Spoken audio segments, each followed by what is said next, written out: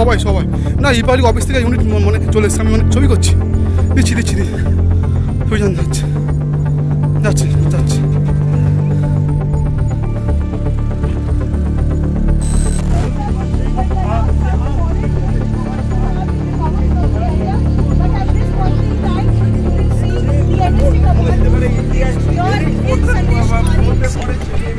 সন্দেশখালী থেকে সিবিআই এর তল্লাশিতে বিস্ফোরক অস্ত্র উদ্ধার হতেই ন্যাশনাল সিকিউরিটি গার্ড অর্থাৎ এনএসজির কমান্ডোরা অত্যাধুনিক রোবট সহ হাজির হলেন সুন্দরবনের এই প্রত্যন্ত এলাকায়।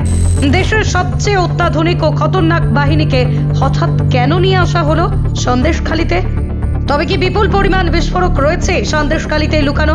এখন এমন নানা প্রশ্নই উঠে আসছে সন্দেশখালীর বর্তমান পরিস্থিতি দেখে।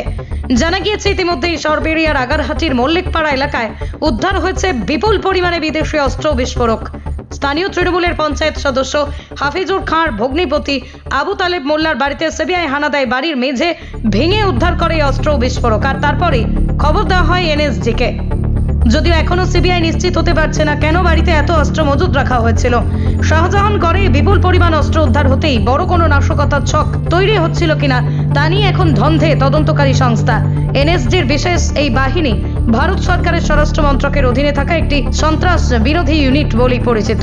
1984 সালে তৈরি করা হয় এই বাহিনী। দেশের মধ্যে সন্ত্রাসবাদীদের যে কোনো কর্মকাণ্ড মোকাবিলার জন্য বিভিন্ন সময় লড়াই করতে দেখা গিয়েছে বিশেষ বাহিনীর কমান্ডোদের। স্থানীয় সূত্রে জানা যাচ্ছে বিশেষ রোবটের পাশাপাশি অত্যাধুনিক যন্ত্র ব্যবহার করে এনএসজির কমান্ডোরা এখন সন্দেশখালীর ওই এলাকায় তল্লাশি চালাচ্ছেন।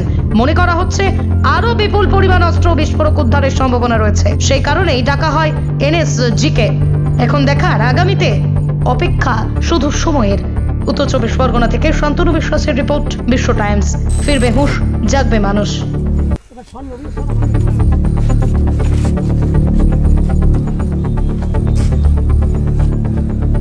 হ্যাঁ হ্যাঁ বলুন, 9749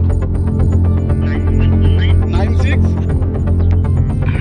6696 0419 লাস্টে 19 এর নাম্বারটা আপনার মানে কাছে আছে, লাস্টে 19। হ্যাঁ হ্যাঁ হ্যাঁ হ্যাঁ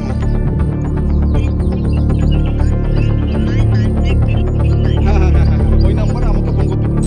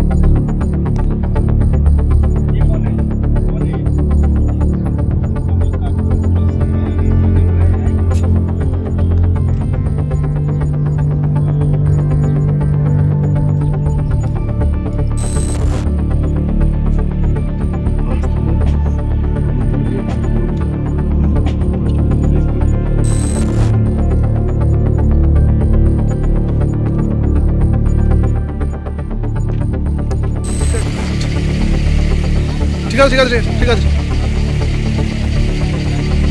ঠিক আছে ঠিক আছে ঠিক আছে ঠিক আছে ঠিক আছে ঠিক আছে।